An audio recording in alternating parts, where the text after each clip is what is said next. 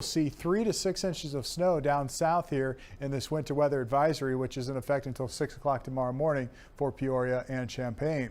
For us, maybe a dusting in our far southwest suburbs and higher totals the farther south you go. Maybe parts of LaSalle County down towards Livingston County, you might catch an inch or two, but most of us won't see any accumulation overnight tonight. But as we head into the weekend, well, that's when the next system gets here. In fact, tomorrow we may squeeze out some snow showers in the afternoon and evening, but as we head into Saturday, another band of heavy snow favoring areas to the south as this cold Arctic air just settles in for the weekend.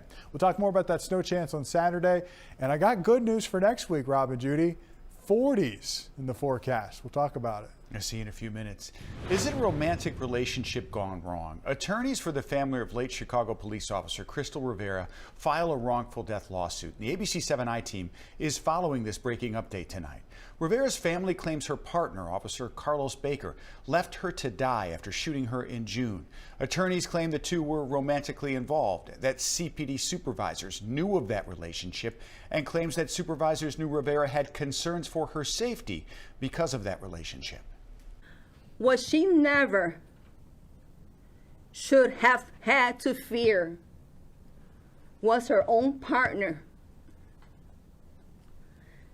That betrayal cost Crystal's life. Officer Rivera was shot during a pursuit in the Chatham neighborhood on June 5th. They were chasing a suspect in an apartment complex when Baker shot her. Chicago police maintain it was accidental. It is not commenting about the lawsuit now. Baker was relieved of his police powers after a separate attack that happened while he was on paid leave during the investigation into Rivera's shooting death. Baker's attorneys have given us a full statement. We have put that online. Rob, he is accused of setting a woman on fire on a CTA Blue Line, and now Lawrence Reed is facing new charges stemming from a separate alleged attack. Reed has a long criminal history, is homeless, and struggles with mental illness. ABC 7's Michelle Gallardo has more tonight on how the CTA is hoping to deal with unhoused riders. These latest charges relate to an incident that took place on the Blue Line back in March. It is not clear why the state's attorney waited until now to indict. Reed is already in federal lockup, facing a potential life sentence. He's already charged with setting fire to a young woman on the CTA's Blue Line last month. But last week, a grand jury indicted Lawrence Reed on yet another Blue Line incident. According to court records, Reed was charged with aggravated battery of 2 people after he was arrested on March 27th at the Grand Blue Line stop, where he allegedly sat on a woman's lap, then struck a man who attempted to intervene. Reed was taken for a mental health evaluation, but not charged until recently. It's a bit of an insurance policy. If something goes sideways in the federal case, here's another set of charges. While even not nearly as significant as the federal charges, could also land him in jail. The added charges come as the CTA has announced the launch of a new effort to deal with what they say are the issues that arise when CTA riders and employees encounter people who are unhoused, who may be experiencing a mental health crisis. It's part of the transit agency's efforts to pilot what they are calling Safe Ride Specialists. Allison McCann Stevenson is with the Night Ministry, one of the outreach groups that's been part of the initial conversation. They could provide intervention before you need to pull or rely on the police. Raise awareness, provide a proactive, safe response that is visible and in real time. And I think that's what the city is asking for. I think that's what riders are asking for. The Cook County State's Attorney's Office refusing to elaborate any further today on these latest charges against Reed, saying that more information will become available at his arraignment on December the 15th. In River West, I'm Michelle Gallardo, ABC 7 Eyewitness News. The now former University of Michigan football coach due in court tomorrow on allegations of assault. Sharon Moore was arrested yesterday, just hours after being fired. University of Michigan officials say an investigation found, quote, credible evidence he had an inappropriate relationship with a staff member. The university saying it maintains zero tolerance for such behavior. And a woman called 911 saying a man was attacking her and had been stalking her for months yesterday. ABC News reports the call came from the home of a University of Michigan employee. He is scheduled for an arraignment hearing tomorrow. Remembering DJ Commando, a beloved Chicago music icon who died by suicide last Friday. His real name was Landon Wallace. And tonight, ABC 7's Samantha Chapman talks to his family about who he was beyond the DJ booth. He knew that we loved him. There was no doubt in my mind, in my heart, that he knew that how much we loved him. An indescribable pain that no parent wants to feel. Dr. Lance Wallace now holding on to the memories he cherished with his only son, Landon. He was my right hand in terms of attending live sporting events. We did everything together. I mean, I'm sure we went over easily 500 Bears games. Just like his father, Landon was a proud member of Alpha Phi Alpha Fraternity Incorporated. To the city, he was known as DJ Commando, providing music and entertainment to thousands. I was so proud of him. The Bulls, the Democratic National Convention, all the international things he did. He was sensational. A young man full of life who also had deep pain. Did you know that your son was struggling? We had him in counseling, and we were addressing those issues. It's just these other factors that, you know, come into someone's life. You know, they're like little demons that just keep nipping at you, keep nipping at you, keep nipping at you, and I think he just got tired and he just couldn't deal with it anymore. Family and friends coming together to remember the good times. He had the greatest, the biggest heart. He loved everybody. He was such a gentleman. He always took care of the women in his life. He always made sure we were good. While we are left to bear the weight from here, you have to think of how broken he had to feel to think that we all were so much better off without him. And that wasn't true. I'm not afraid to talk about the fact that my son committed suicide. I want people to know that, you know, this could be your child. A grieving father whose love for his child will last forever. Landon, you know, I love you. I miss you. I hope that you are at peace. Samantha Chapman, ABC 7 Eyewitness News. Fortunate his family talked to us today. Landon Wallace's services will be held this Saturday. If you're experiencing a mental health crisis, you can call or text 988 for help. The Suicide and Crisis Lifeline is available 24/7. And for more resources on suicide prevention, you go to our website. Maybe you're there now watching us, abc7chicago.com. And Lurie Children's Hospital is marking a major expansion to address the critical shortage of youth mental health services in Illinois. The hospital is now adding 4 newly constructed psychiatric beds to its specialized inpatient psychiatric units. The beds are designed to meet the acute behavioral health needs of children, as well as teens with autism and intellectual and developmental disabilities. Well, coming up, the I-Team tells you how to protect yourself from holiday shopping scams. We will also show you some incredible video out of California where a home is destroyed. What caused that dramatic explosion? And lending a helping hand to single parents. Miss Chicago joins us in studio next with her push to make sure they know they're not alone.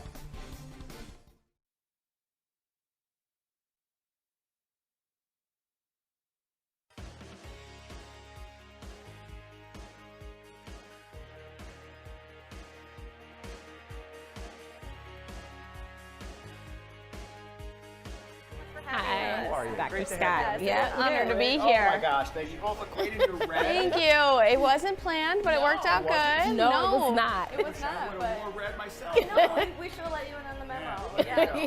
Thank you so much for having us. Oh yeah, Yes. it's great to have you ladies.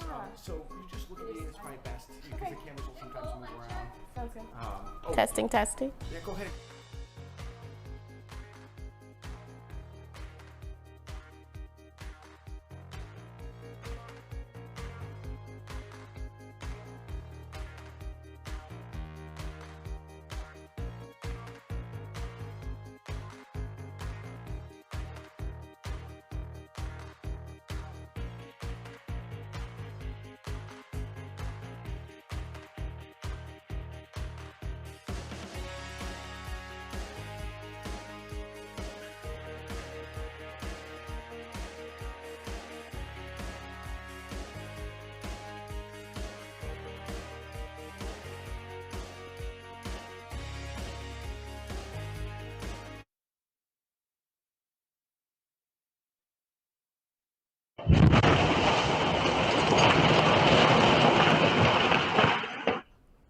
Yeah, what a dramatic video. It shows a gas explosion this morning in the San Francisco Bay Area. 6 people were hurt in that.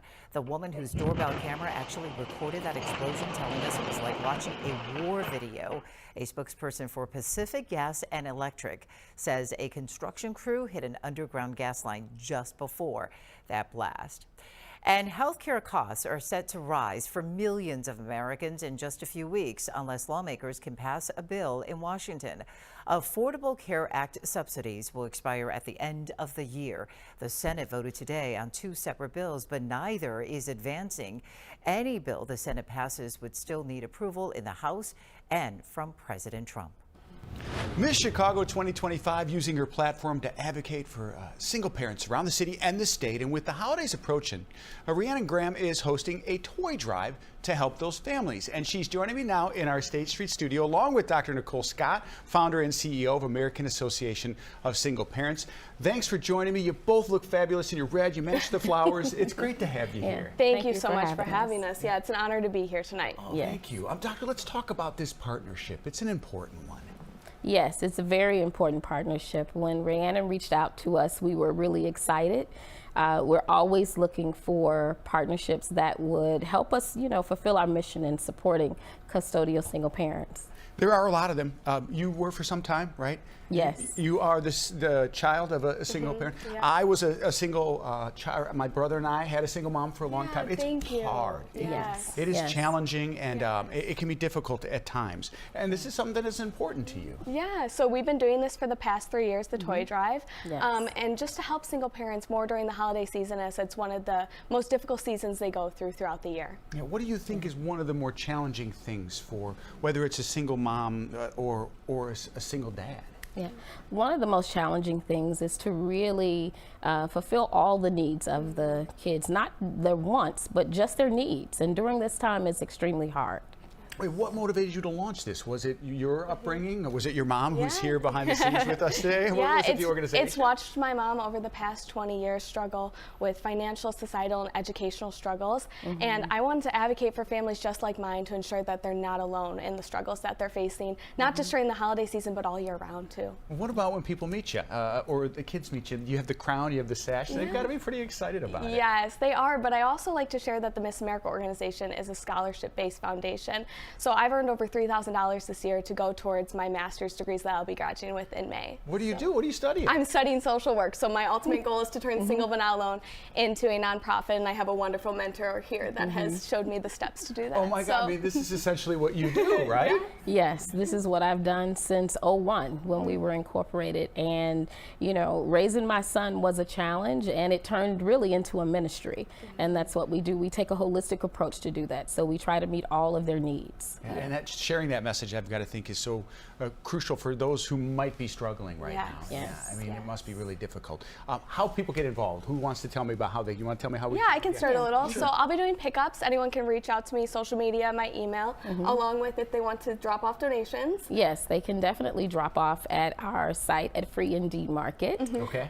Which is one of our programs in Dalton, 14200 Suite 117 in Dalton, That's Illinois. a lot of numbers for you. Yeah, I know. That's good. Right off the top of your mind. And don't worry, we're going to post it with this interview in its entirety on our website. How long do people have? Do you have another week? Do you have a deadline for this? Yep, so we have just about another week to ensure that we'll get the toys to the children before Christmas. Yes. Okay, great. When you get your master's, you come back. Okay. You share with whatever organization you're doing. Okay, great. You're participating in. Yeah. And thank you again. You hope to continue this for many years, I would think. Yes, absolutely. And thank you so much for sharing you were raised by a single parent and all that you do. So thank you. When you have to pass the crown on to the next Miss Chicago. It's actually a month from today. Is it really? Yes, today we're kicking off the last month of my reign, so this is a great place to be during it. Congratulations to thank you and you. your masters. Doctor, really appreciate your time. Thank you. Thank you so much for having us. All right, well, Single But Not Alone is accepting donations, as we mentioned, for its third annual toy drive benefiting the American Association of Single Parents,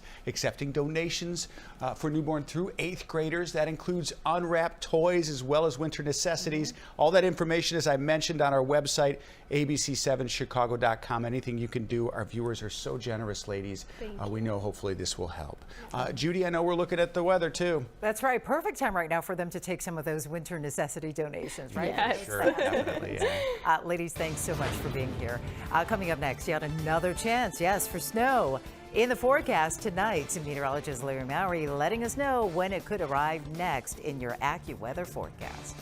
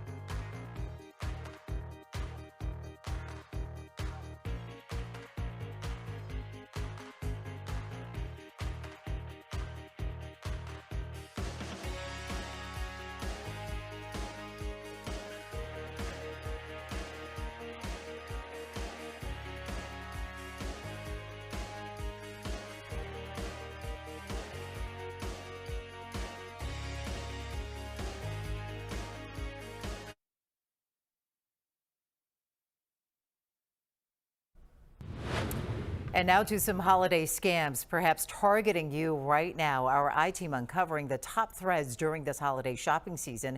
Consumer investigator Jason Knowles here with what you need to look out for and what criminals are now using to prey on you.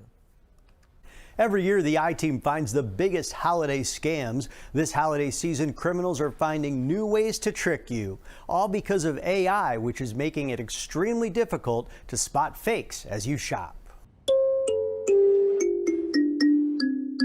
The holiday spirit is in the air in Chicago, but scammers are preying on your festive mood. Peak holiday season often also becomes peak scam season. Security experts at McAfee say 1 in 5 Americans have fallen for a scam during the holidays, losing an average of $900. Experts say the #1 threat this year is AI. Scammers and cyber criminals are using AI to very convincingly create these fake retailer websites. And often it's just one letter that might be a little bit off. So how do you avoid getting scammed? Verify the source. Type the full website address on your own into the browser. AI is also being used to create fake video ads on social media or bogus celebrity endorsements.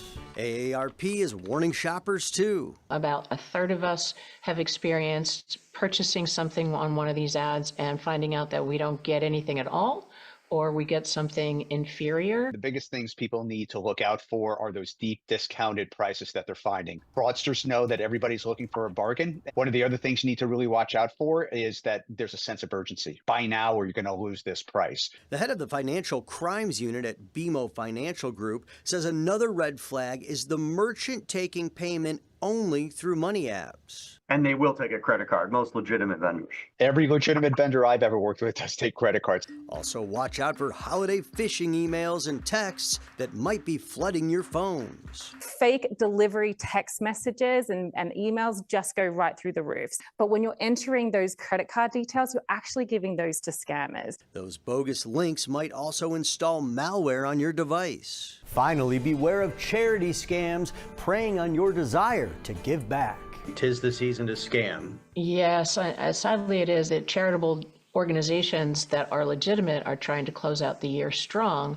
Criminals kind of mix in with that and try to get you to believe that you're supporting the thing you care about. You can also research charities by going to websites like give.org or charitynavigator.org. Those links are on our website and free news app. You also want to watch out for gift card scams. Make sure the cards you buy in stores are not already scratched off. Criminals steal those codes and use them before they're sold. Jason Knowles, ABC 7 Eyewitness News. Thanks to Jason. It makes you not want to even shop. Or run all of your purchases through Jason. Yeah, exactly. Some great advice from the I-Team as usual. A live look at our Navy pier camera looks good from here. Temperature about 25 degrees. It's going to be warm in a couple days. Exactly. Well, those temperatures are dropping come the weekend. Hi, Larry. Yeah, the coldest of the season comes in Saturday and Sunday. Saturday's high 12, Sunday's high 9. Some snow showers around on Saturday, and then we'll get sunshine on Sunday. But wind chill Sunday morning, 20 to 30 below is what it's going to feel like. In fact, check out the wind chills. Here's Friday afternoon. Tomorrow it'll feel like it's in the teens during the afternoon, and then wind chills drop below 0 Saturday morning. Anywhere from 10 to 15 below 0 is what it'll feel like Saturday morning. And these wind chills stay pretty much in that range all through the day on Saturday.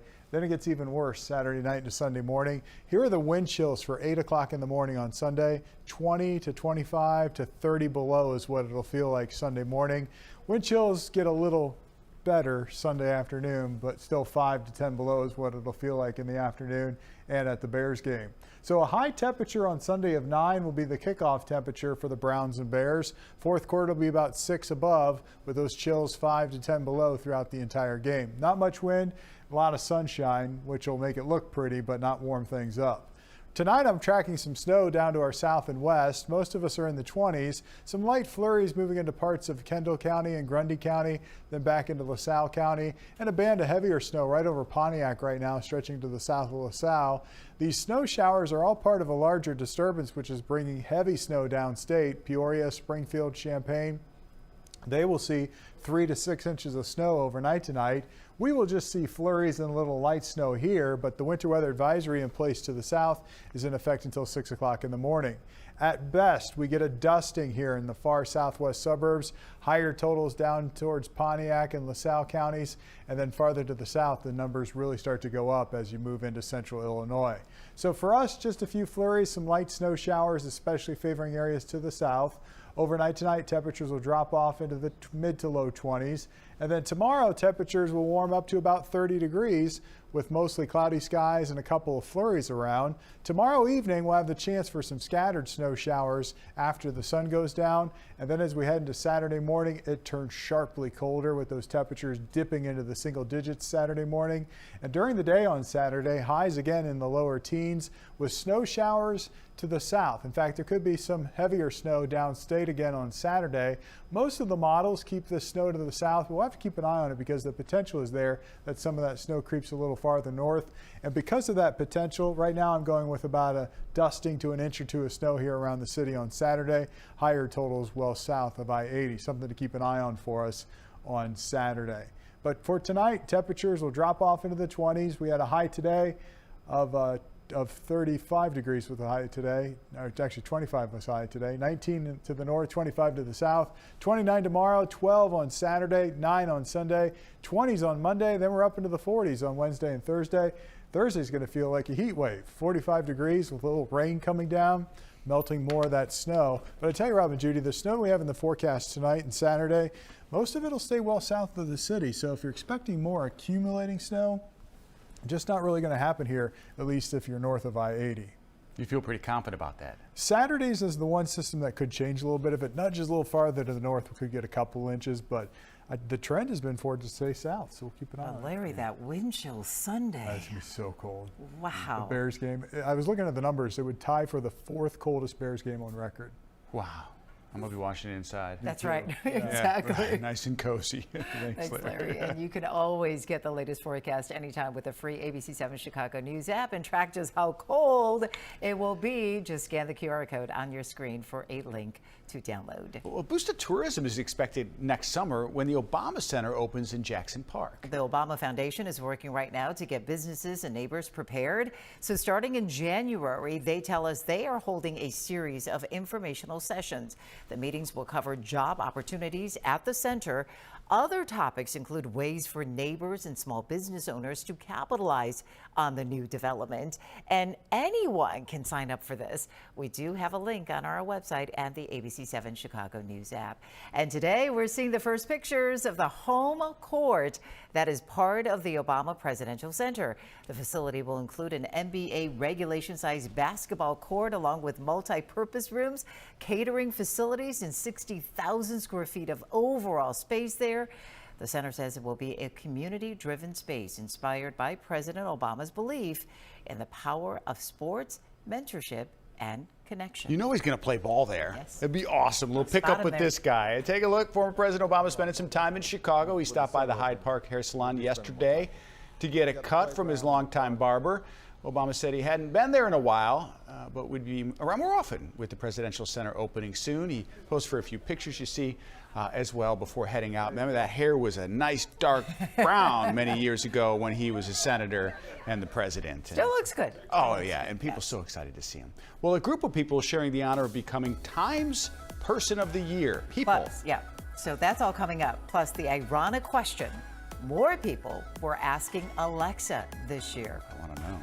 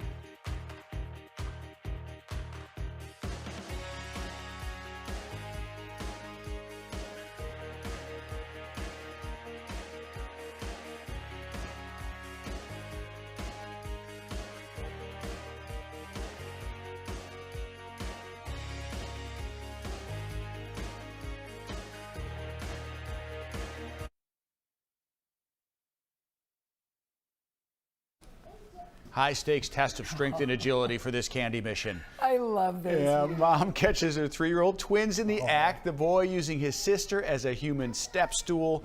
Here's another look as he steps on his sister's head for that final crucial boost to the goods on the counter. She has excellent form there. It's just well done. Larry, I know you have a sister. Did you guys ever do this? No.